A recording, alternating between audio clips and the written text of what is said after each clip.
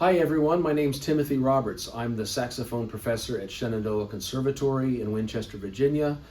And I was a member of the U.S. Navy Band saxophone section for 24 years, recently retired, and was principal saxophonist and one of the National Tour Soloists for the last 13 years of my career there.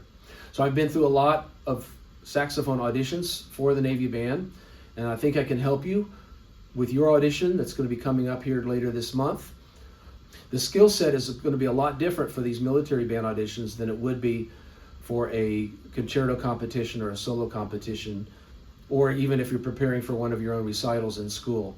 They're really looking for a different set of abilities, and I can help you with that. I've got two students here with me today. Aidan Robbins is a freshman, and Patrick Rippian is a senior. They're both performance majors here at Shenandoah Conservatory. They're going to play for you the 14 excerpts that are on the list. We're going to play them in the order that they appear in the Navy audition packet, and then we'll talk about what they're going to be looking for on each one of these etudes. So I hope this helps you, and I wish you the best of luck on the audition. Okay, so this is Aidan Robbins. Aidan is a freshman here at Shenandoah Conservatory, and he is going to start with American Suite. Okay, don't crush your 16th notes. Ticka-ticka-dun, ticka-ticka-dun, ticka-ticka-dun. Okay, let's try it again from the top. 2, right. So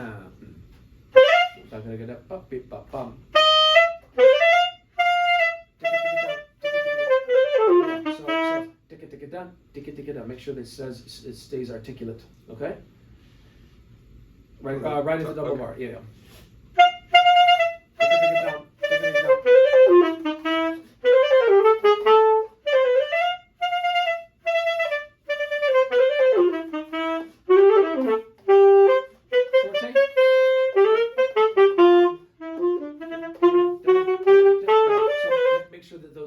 All those eighth notes speak cleanly and clearly. Down with a crescendo underneath it. Think of the eighth notes in maybe a little bit more slow motion. Down so that they're clear. Yeah, and then put some separation on the chord notes.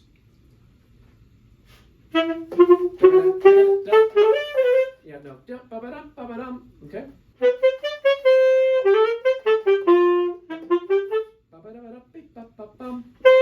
Yeah, so that's good. Let's see now if we can bump it up to 152 to get a little faster. So what you want to focus on are these just keeping, when you have 4 eighth notes in a row, that they stay articulate and they're even and clean and okay, good. So what you got to remember on this is on a lot of these, you're not playing a concerto competition here. You're not playing this with orchestra. You are here to play this excerpt like you're a member of a 4-person section. You're just 1/4 of a saxophone section, and so you've got to play this the way that your colleagues are going to be playing it with you. So any of these military marches, you got to think short and articulate. You probably would play it shorter than you would if you were playing a solo, But you just got to keep it as clean and as short as possible. Like you've got a snare drum playing this stuff tutti behind you. Okay, we're with Patrick Rippian now. Patrick is a senior saxophone performance major from Westminster, Maryland, and we're going to listen to him play the Bizet L Arlesienne.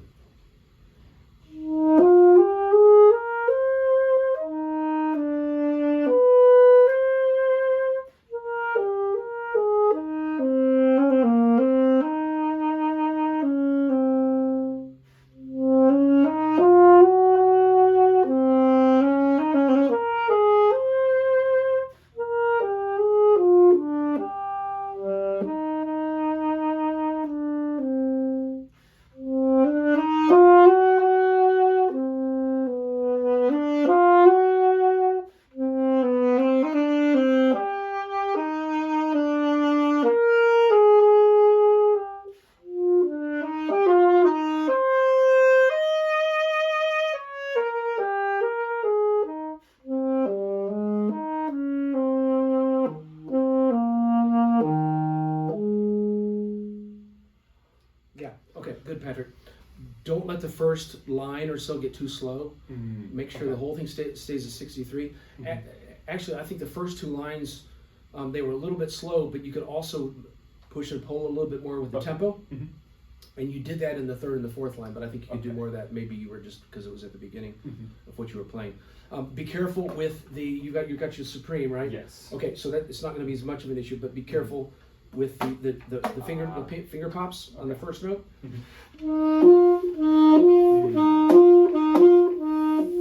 Okay, and ease your way into there. Make sure each of these things are two phrases. First phrase, second phrase. So make sure that you group these things in phrases. Okay. Be careful of of course you know this, the low C next to the last bar that didn't speak real well, and this sforzando here, beginning of the last line. Make sure it continues all the way up to here. You're hitting it, and then you're putting a diminuendo on it.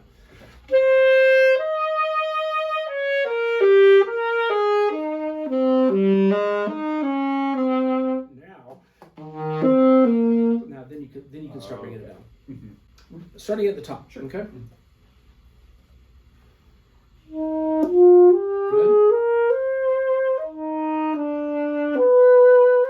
New phrase. Good. Yeah. So make your grace notes a little bit more leading into the note. Right there, please.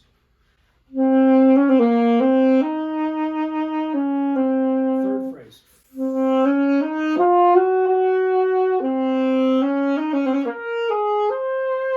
so why are you don't back off going into the A.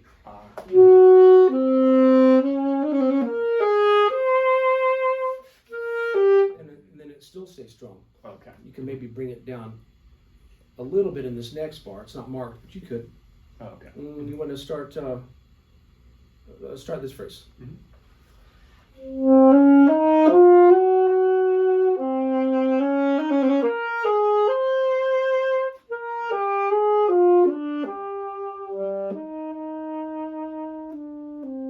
New phrase.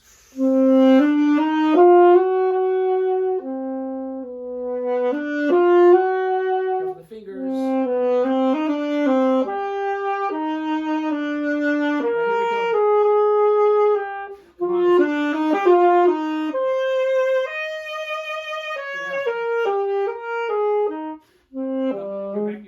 This was gorgeous. The top C, climax of the whole excerpt, and then keep it going. Okay. Really don't until you get down to that next to last bar. You can start. You can start bringing it down.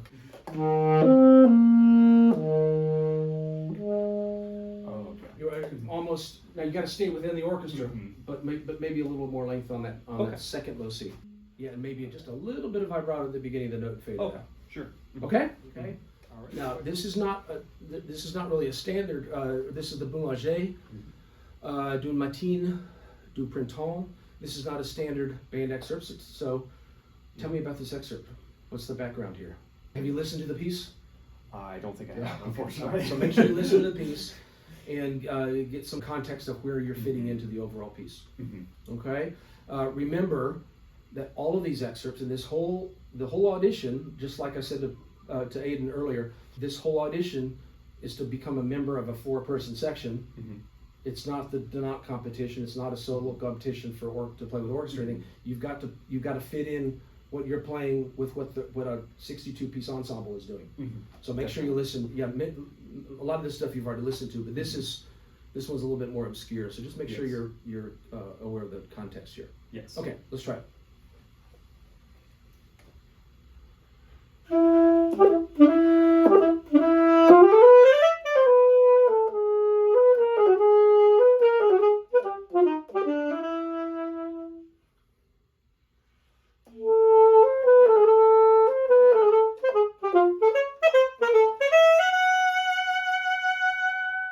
Yeah, good. Very clean. Very clean. So first bar, put a little bit more length. I know there's staccatos of the on the dotted eighths. Okay. I like the staccato on the 16. Yeah, go ahead and mark what you need to. I like the shortness that you're doing. Now, not you got legato, you just put legato marks. Don't make them legato. Putting it over just the make staccato. There you go. Just a little longer than the 16th. D da da da d da da. Rather than ba ba ba ba ba ba ba. Sure. Just a little bit more length. The other thing is when you're coming out of technical things,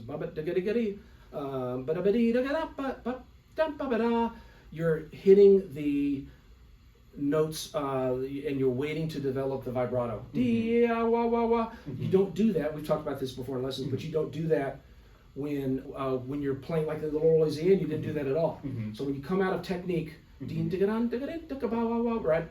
it right on it. Yes. Be conscious of that on the G sharp and on the F natural. Yes. Okay. I would guess that this is not going to be in the first round because this is, if you look at, there's 14 of these excerpts.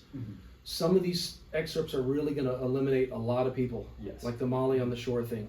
That has been on the Navy Band excerpt list for multiple years, a long time. And when I left the Navy Band, there were 82 people that took the audition, and I think probably 10 of the 82 played Molly on the Shore properly. Yes. So this one I don't think they're going to lose a whole lot of people on. It's going to be played relatively accurately by a lot of people. So who knows? But I would think this is not going to be at least in the first round. Yes. Okay. Okay. All right. So 152. So for anybody watching this, make sure that you've got a song in your head that you're familiar with at every single starting tempo of every one of these excerpts. You can't go into the audition, of course, and with your metronome on your stand and silently start to click your beat off, or the light on your metronome. So 152 is your scale tempo.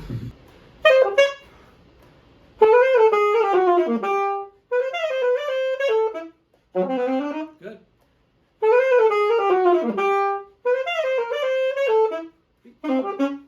B up, bop. You got to clip on the F natural here. Yeah. Well, get back at 171.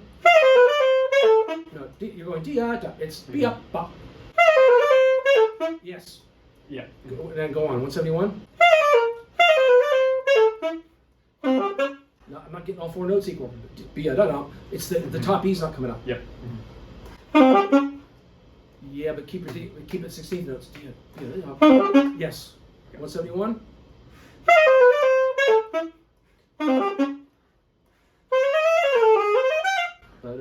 And then crescendo into the B4, please. Good. Perfect. Now, we don't need to do it again, but that bar of 172, and then this one, that 172, you're thinking too much about the E speaking. Yeah. And the articulation being good, and it's causing the 16th notes to not be 4 equal 16ths. Yes. Think about it, focus on it. Okay. Perfect. Yep. Okay. Okay? Good. All right. Next movement, Yes. Same piece. All right, so the advantage that you've got on this is your tempo is the same. Yes. Yep. This is the second, so it's 1, 2, and 4, right? Okay. So you just keep going. If they ask you to play this one's a little bit more straight ahead, rhythmically, so and it appears to be a little bit more scalar. Yes. So what's going to be what do you got to be careful of on this one compared to this first movement? Really just being perfectly clean overall. Because the 16th notes are largely scalar and even. Any kind of mistake or any kind of finger inconsistency is going to be more apparent, isn't it? Yes, definitely. So what I want to do is actually put the metronome on. And I know it's a jazz influence thing, but at 152 there's no swinging rhythms. There can't be. There's not time to do it. Yeah. So I'm going to put the metronome. I can't stress enough the importance of having proper tempos on these things. Yeah. Yeah. For the committee, they very well might have a metronome with a light clicking with the metronome for the committee behind the screen and be checking tempos. And just don't play it at 144. Yeah. So let's just run the metronome while you play this again. And it's just got to be, it's as opposed to that first movement, it's just got to be, okay?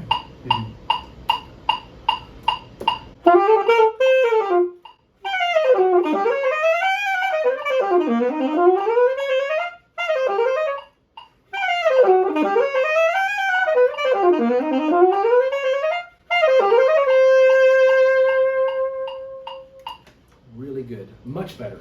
Yes. You can tell it's cleaner, right? Yes. There are still two spots I need to go back. And where are they? Fix.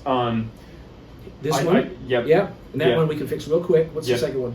I believe it was there. I was more bothered by this one, the last 4 16th notes of the third line. And also 198, I'm not getting that note saxophone, I'm not getting a real clear tongue.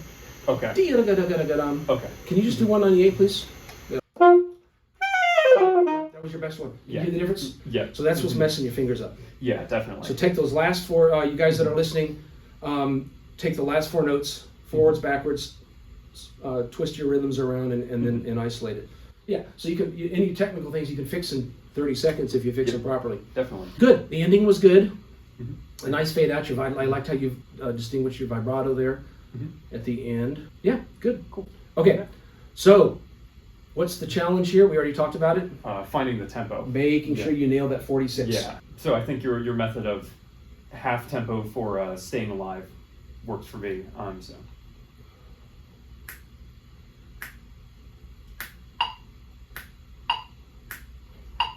You're off. Okay. Yeah. Yeah, fast. Yeah, you're fast. Yeah. So that's fine. We don't need to have it right now, but figure out what your 46 is going to be. I would come up with a tune in your head that's 92 that you can just nail. Yep. You know, and then cut it in half. Yep. And then that's how you're going to know how to start this thing. If this excerpt is used, then they will lose people on tempo. I promise. They'll lose 50% of the players because they don't have the right tempo. Yeah. All right, so I'll give it to you now, but you work on that. Yes. You work on figuring out how you're going to identify 46. Okay.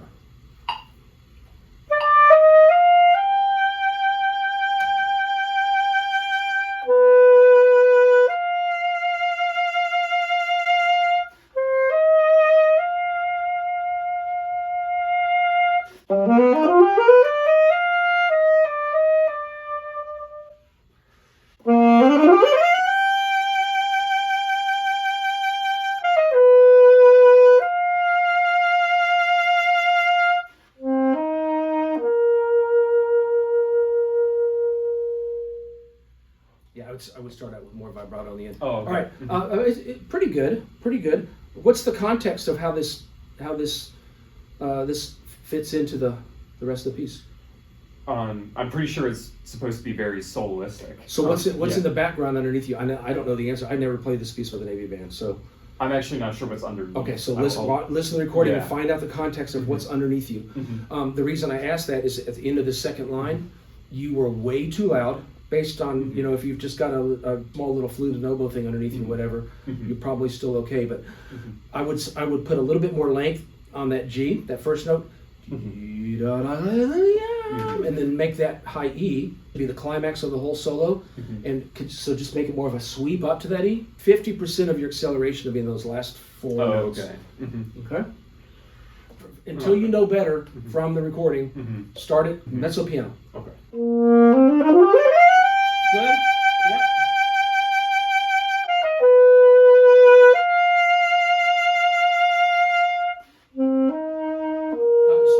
So the A, look at how it's marked. The A should be the same dynamic that you came off of the D on.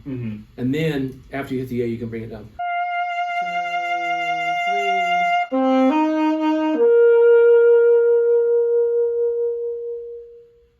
3. Yeah. Good. Very nice. Okay, so next we are on Rolling Thunder and Molly on the Shore.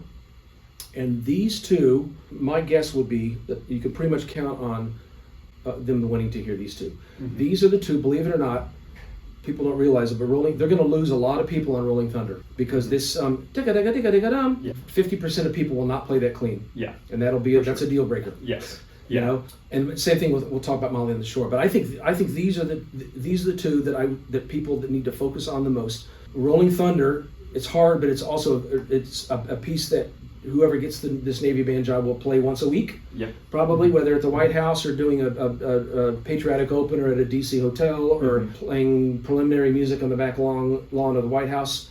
There's a book called the Fillmore Book, and it's a collection of multiple Fillmore marches. They're all can either go 120 or played as a circus march at 152. So it's just got to be. There's not a whole lot of style here. You've got to play it perfectly clean. Every single one of these with every single one of these pieces. But this march in particular, your chances are you're going to be playing this as part of a 21-piece ceremonial band or a 19-piece ceremonial band for an opening of an event, and you're going to have snare drum and bass drum and cymbals behind you, and so everything is just and it's just got to be military. It's got to be precise, and you've just got to play it like the snare drum would play it, really. So let's try it. Most marches are 120, as you know. Yes. Stars and Stripes Forever. Mhm. This one happens to be marked at 152. Why is this one not marked at 120? Well, I guess just like you said, it's a circus march. It's a circus march. Yeah. A lot of these Fillmore marches don't go 120. Yeah. Most other marches go 120. For sure. I can tell you also that there will be times on the job where this will go a lot faster than 152. That's what I was thinking. I mean, yeah. this can go almost in one. That's 176. I've heard it faster, yeah. You probably wouldn't get 154 very often, but who knows? You could. But certainly 176, 168, absolutely. Definitely. So yeah. be ready for that. But I mean, but you don't need to go faster than 152 if it's marked 152 now. Yeah. And Okay? in fact, it's probably best to play at 152. Like I it's would. marked. Yeah. And plus that increases your chances of playing it cleanly. Yes, for sure. Even though, 168 could be expected. All right, so 152, please. D off, off, off, clean. Up. Nope.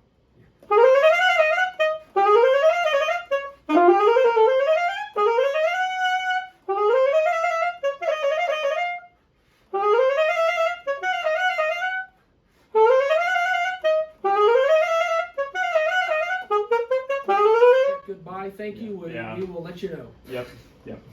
You know why, right? Yeah. We'll try to get, and that could be because it's your first time. Let's point out a couple trouble spots here. This will be for everybody. Second line, second bar. Yeah. Right? Mhm. Can you play that? Focus on that a second. Can you play that right on the beat? Yeah. So it's gonna that's gonna be very typical actually. Yeah. It's the repetitiveness of it. Yes. Definitely. All right. We don't need to talk any more about that. Just make sure you clean that up. Yep. Let's go. I'm going to take your pencil and I'm going to, let me stand on your right, please. And I'm going to make a mark over anything that is not clean enough for the Navy Band. Yes. Okay?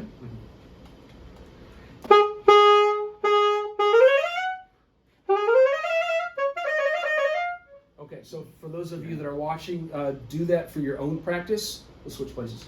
Do that for your own practice, especially on this one. Record yourself. Go back and listen and put little marks where it is not clean enough. That was a lot better than your first time. But still, 1, 2, 3, 4, 5. I marked 5 spots Yes. that you need to isolate, and you know how you need to. And a lot of them, I think, are kind of the same. It's mostly that pattern. I noticed. Yeah. Oh, there's two musical things I want you to do. Yes. Third line, second bar. This is not written. Don't do it a whole lot because it's not marked, but it puts a little bit of punch on it. But push a sforzando and push the note all the way to beat 1 of the next bar, which you're doing anyway. And then the other thing that you can do, we've already got this marked. We must have talked about this earlier. When you have the quarter notes at the end of an ascending run, you're playing that you're not cutting them off short enough. So this is bar 1, 2, 3, 4, 5, the 6th bar, second bar of after the double bar line. Not they don't want not even they want because that's what the snare drum's going to be doing behind you. Yep. Okay, you want to try that? Sure. And this is several. We don't need to do all of them, but it happens several times. Yeah, perfect. That's exactly what you want. Let's just do one other one. Let's figure. Are there any that aren't on a D? Here's one that's not on a D. This is last line, first 2 bars. Yeah. Now you're making your second one a little too long. Yeah. Okay. Promise. Now, if you were playing this in a lesson as part of a piece, I wouldn't want you to do that. Yeah. But you've got again, this is a good example of something that you got to change your style because you're playing. You're going to be playing this with 21 military musicians. Yes. It's just the style that's needed. For sure. Okay, Molly on the Shore. I haven't heard you play this in over a month. Yes. This is the biggie for everybody. Yes. And I'll explain why. I don't remember if we talked about this before, but this one is going to mess everybody up. Yes. So let's see what it does to you. You've got 120 marked. Okay, so between 108 and 120. For everybody, I I would not go slower than 120. And the reason why is because when you play it in the band, it's going to be faster than 120. A lot of times, maybe not every time, but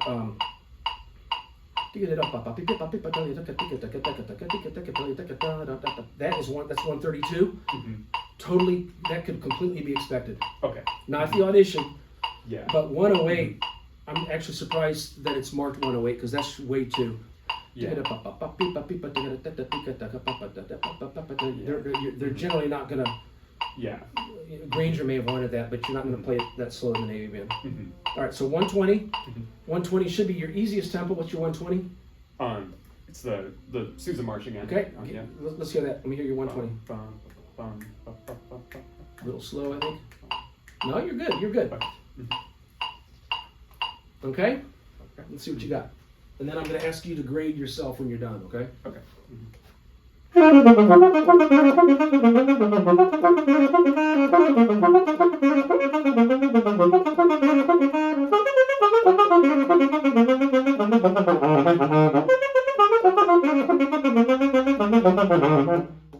then round of air. You ran out of air. Okay. Yeah. Let's deal with that first. Where are you going to? How are we going to fix that? I was planning on taking a bigger breath, but I don't know if that's going to work as much. You mean at the very beginning? At the very beginning. Did you? You didn't breathe at all that time, did you? I didn't actually. I might just fit it in right there. At the end of 34. Yeah. If you do that, that's probably okay for everybody. That's probably as good as anywhere. There's not really any other way to do it. Yeah, you've got quarter notes, but they're slurred. Yeah. So what you need to do though is you're going to need to pull it out of time just slightly. Yeah. That's the only way to do it. Yep. If there is any way, as you're practicing this, to just get a good tank of air before you start it and get through in one breath, or you can't circular breathe it. Yeah. Yeah. You're just gonna have to either do one breath, or you're gonna have to breathe in between at the end of the third line. Yes. And put a fraction of time in there. Yeah. All right. Definitely. The most important thing, you did it better that time, but still, it's not. You're gonna get eliminated. Yeah. By the way you played it the second time. Yeah. So, and you understand. Yeah. What's gonna mess most people up on this are these triplets. Now you actually did okay on these triplets. Okay. What I would recommend for everybody is the triplets are kind of an accent right on beat one. It's this whole etude is every 2 bars is a triplet, and the whole thing.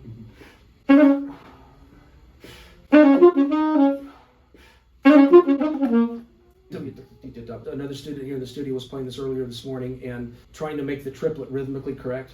I wouldn't do that. It causes the next 2 eighth notes to not be clean. Yes. And this thing is going to get cooking so fast when you play it in the band. It's just got to be clean. Yes. All right, can we do it once again? And are you thinking of the triplets every other bar as really your emphasis? Yes. Yeah. And make sure, by the way, at the end of your third bar, so you've only got 2 dynamics in this whole thing.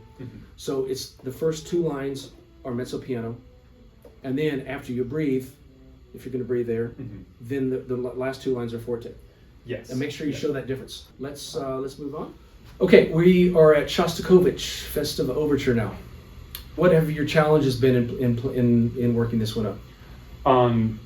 Getting my double tongue running and being consistent. So I've been trying to single tongue it as an alternative. Okay, and that will be a different answer, I think, for each person.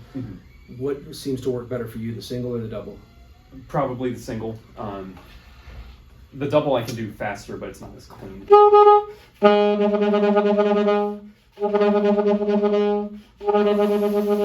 going to be different for every person. They're not going to care which you use. This thing, it says molto legato. Don't think legato or staccato on this because at 144 it doesn't matter. Yeah. There's no difference. And this thing could go, depending on the conductor, this thing could go faster. This is 160. So when you're talking about or I can't single tone 160, but it doesn't. Don't try to. You're not trying to make it legato, are you? No. Yeah, you just want it to be clean. So and then when you get here, when you get to the third line, you got to make a difference. And that's double tongue. When you did it that time, your quarter notes were too short. So you're gonna have to clean up your tongue. Yeah. You know, everybody that's doing this is gonna, it could kind of at 144 for me, and I think for you, it's right on the line of single or double. Generally, generally I don't single tongue something extended if it's any faster than 144. So for me, that's right on the line of which one I would switch off with. That's going to be what holds most people back on this is the tongue. All right, you want to move forward, please? Okay, you want to try Candide. Candide. Okay, that's fine. So tell us about Candide. You've got to know about the setting of what happens here. Yeah. In the overture, what is this? What is Candide all about? You need that will help you know how to interpret the solo. This is a really brief one. I think this is probably 18 or 20 seconds and you're done. So you've got a very limited time to convince the panel of the style. Okay. All right. Let's try it.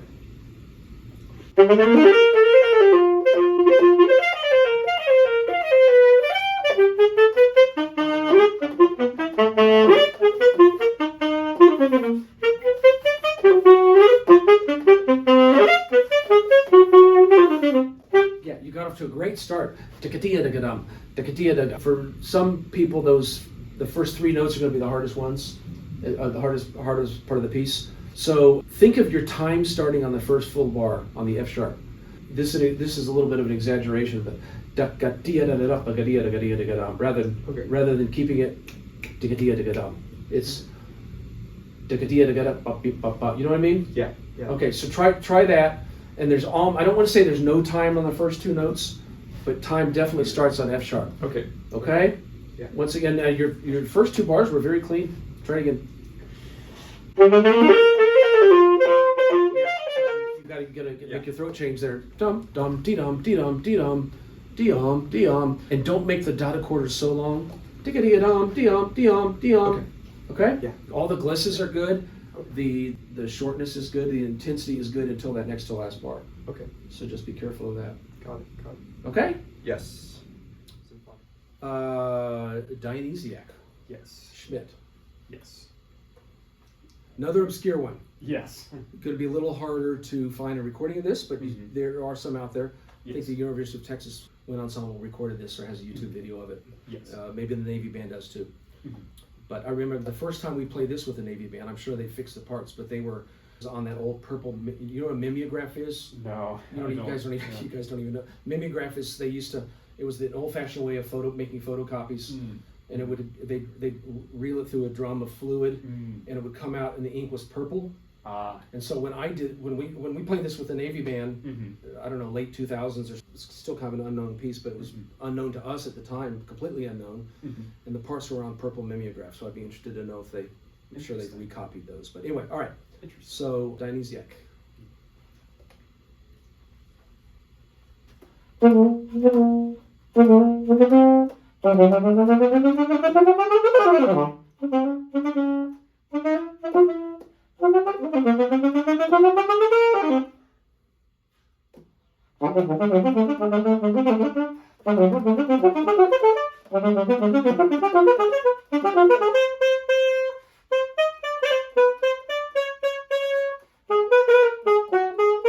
style at 33 is great. You missed a note.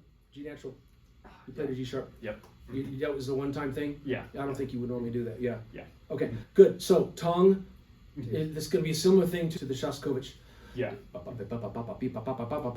would think though that maybe the double tongue would be easier on this because you're changing notes.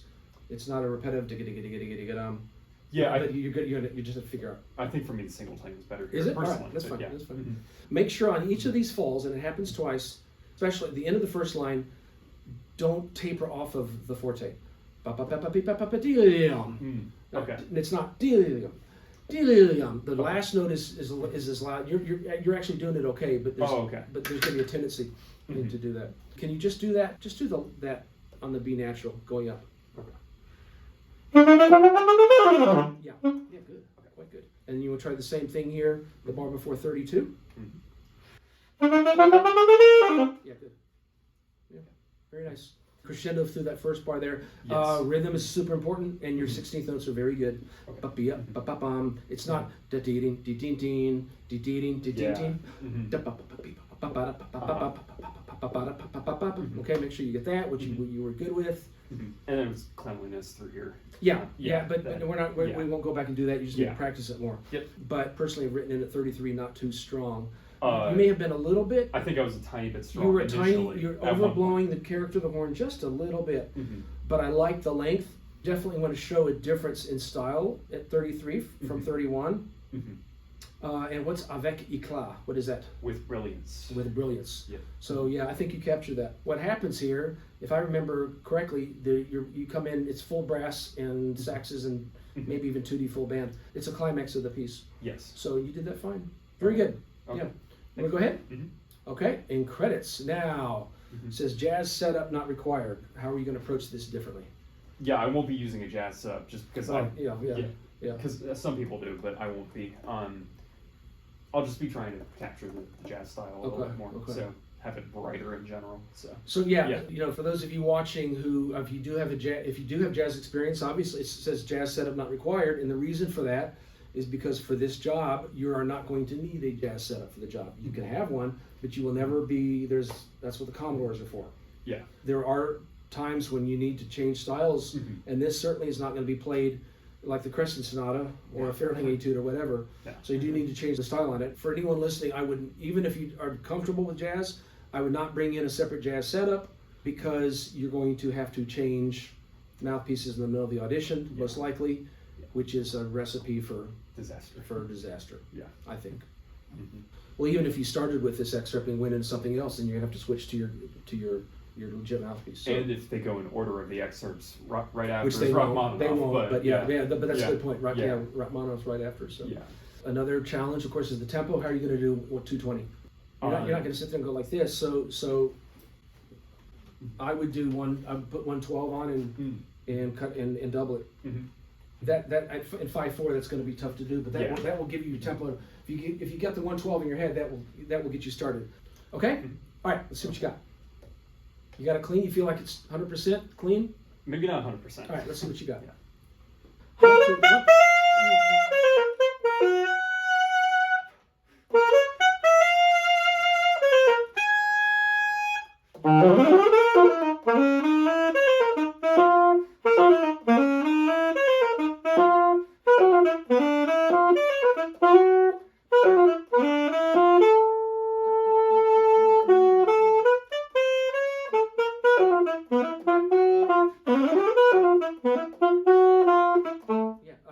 But you don't die off at the end. Ding dong ya bop. Push through the end. It's actually pretty good, Patrick. And the same thing that we did earlier. Ding dong dee. Sweep it up. Maybe a little tenuto. Actually, not the C sharp on the G. I do it on the G sharp. Or both of them or whatever. But it's coming off maybe not clean. So I think if you sit on the beginning of it a little bit more. Yeah. They probably will ask for this one at some point. Even for the people that make the finals, there's a good chance you won't play all 14 of these. Yeah. They certainly at some point would probably ask for this because this style is needed. Even though the Commodores are there are times when you're going to need to play this. All right. Symphonic dance. Yeah, the granddaddy of them all. Now this one's neat but this is one of the two excerpts that is not going to be played like you're a member of a military band saxophone section. Right. This is you want to audition on this solo the same way as if you were playing with orchestra. Okay. Okay, you want to try it?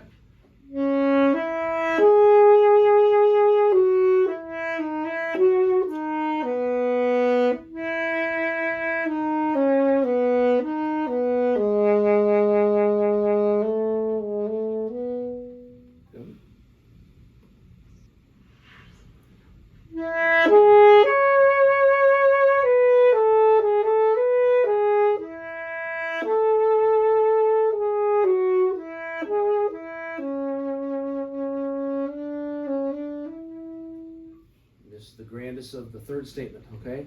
This is your biggest one, and the C sharp's your most important note. Right here.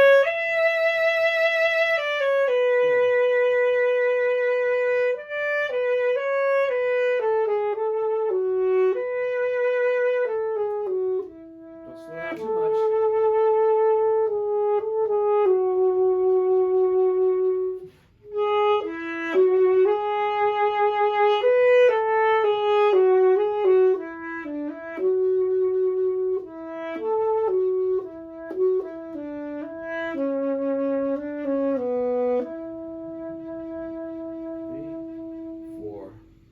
carry it. Be careful to carry it all the way to the one of the last bar.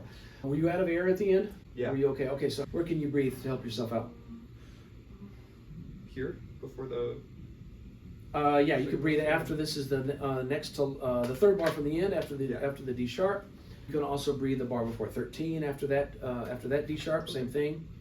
After the eighth note, make sure that this last one is as big as you can, so that you can, if you're playing this is in the the greatest orchestral hall in the world, that you can carry that C sharp all the way to the end.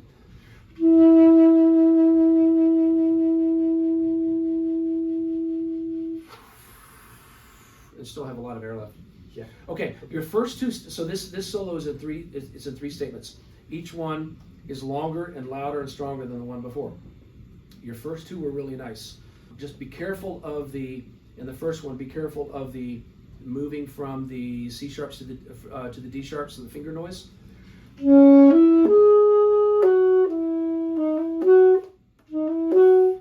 That you get gentle fingers.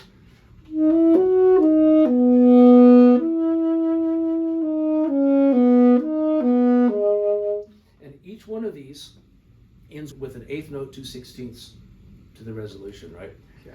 And you want to be really dramatic with those four notes. Okay. Each time you have it. And then the one before 12. And then in the last one, next to last bar, put a tenuto mark over the B on the downbeat of 4.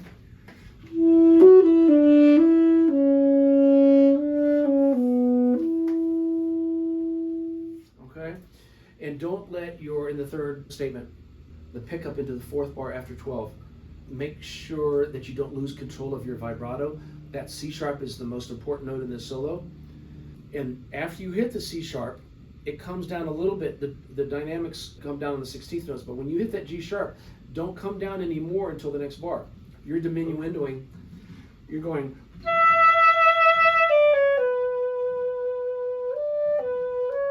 But this is all strong. Yeah.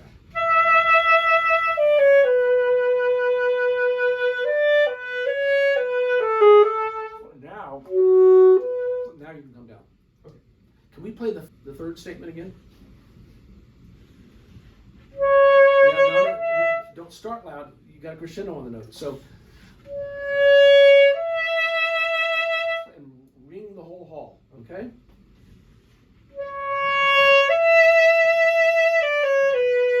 Keep going. Now. Yeah. Good, Aiden. Let's play with this.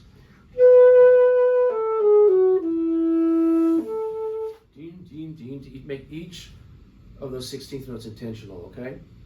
How about on the B natural?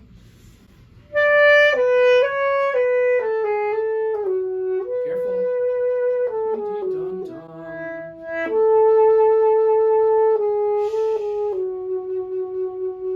Now, the solo could end right here, couldn't it?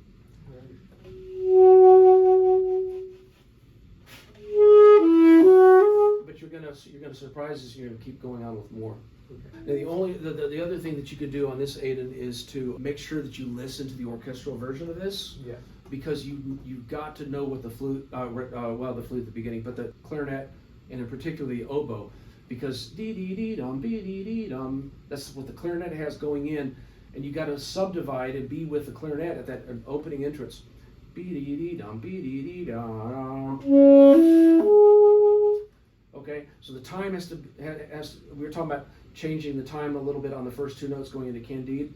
This time has got to be really rigid, because you've got to, whatever the clarinet player sets you up for, you've got to be right there with them. And then on the next one, you've got to be with the oboe. Okay. Yeah. You know, the oboe has the 16th notes leading into your solo. Would you recommend writing in like cues? Absolutely. Absolutely. Yeah. Yeah, you might even want to play along with if you find a recording that you like, play along with it, or at least finger along with it, so you know exactly where those other woodwind parts fit into this.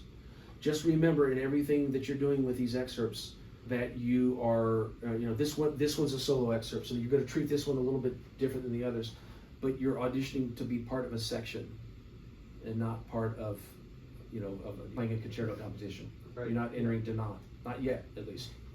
But yeah, your audition, you be part of three other people are doing. Okay, good. All right, let's go to the Mozart. Why would this possibly be on a military band audition? Well, to show, I know it's in the last round, to show how you work as an ensemble with the other musician. Yeah. Obviously, you will never play this on a concert. You will never play anything Mozart unless you're, especially as a saxophonist, of course. But I mean, unless you're out on a school's, a youth school's job and playing a transcription with Navy Band Woodwind Quintet or something. You're not going to ever have. But the point of this one goes back to what we talked about at the very beginning, which was you've got to play. You've got to be able to demonstrate an ability not just to play with people around you, but to adapt. Yes. To people around you. You're playing the first part here. They are going. A member of the section is going to play the second part with you. Why would they not put you on second part? Because you're not going to be playing, if you get this job, you're not going to be playing first part. So, I mean, at the beginning of your career, you're not going to be playing first part. So why are they putting you on first part? There's more ornamentation in the first part. Could be, yeah. But specifically, I think I would imagine what they're trying to do here is that even though the first player has to be able to adapt to the second, it's a team thing. The whole audition is, again, like we said, you're a member of a 4-person section. You're not a soloist. So even though they want to make sure that even though you're playing the first line, that you still are listening to what's the harmonies are going on underneath you. Let's go ahead and play this through. Okay. The top line here.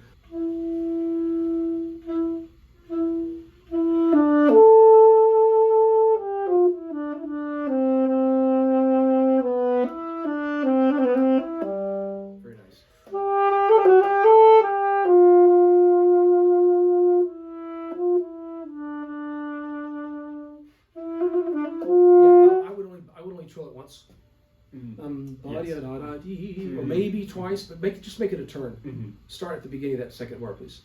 Yeah,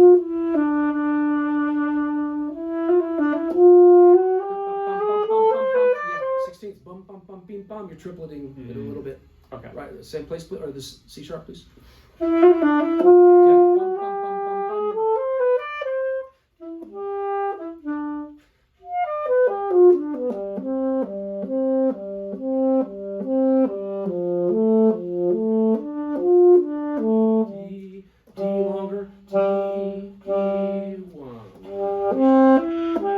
Get your water out at some point. Yeah, how are you going to get your water out? It would be during a rest. Yeah, you actually had an opportunity probably to do it forward. Yep. Yeah, let's go right here, please.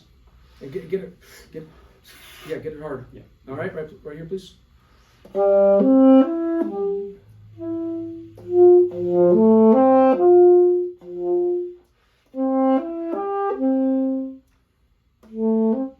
Longer.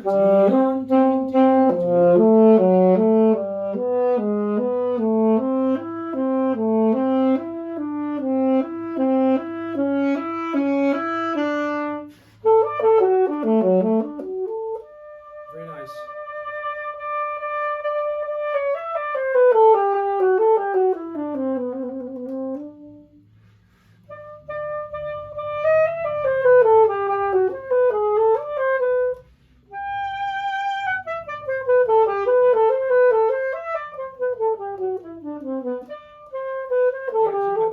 You got a crescendo more here. Your forte could really take over here at the beginning of this next to last line. Okay. Let's start on the G, one bar up.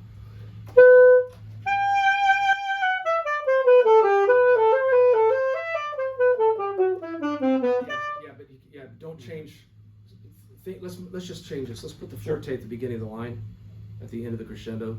Okay. And then just go straight through. All right. Same place, please.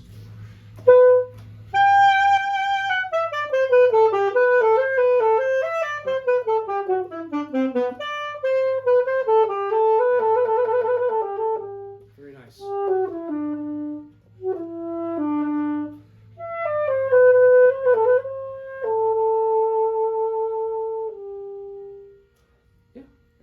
Yeah, very good. Yeah, good, Patrick. Thank you. Okay, so I hope this helps you all. We've done all 14 of these excerpts. Thank you to Patrick. Thank you to Aidan Robbins for helping play some of these excerpts. And This is going to be this of course will be a really big deal to whoever gets this job. There's going to be a lot of competition, a lot of great players, a lot of advanced degrees. But I wish you the best of luck. One thing that I always tell all of my students, Patrick's heard this many times, if you go into the audition being grateful for what you do, you can't be nervous, because you can't be nervous and grateful at the same time. So go into the room, preliminary round, there'll probably be a screen in front of you. It'll look like it's just you playing, and just approach this like you're grateful to be expressing what you love and what you enjoy doing for a team of professionals that know what they're listening to and will appreciate when you have sincerity and enthusiasm and artistic interest in everything that you're doing. So good luck to you, and send me an email, troberts3@su.edu. I'll put the contact information at the bottom of the screen, but let me know how you do. I hope this helps.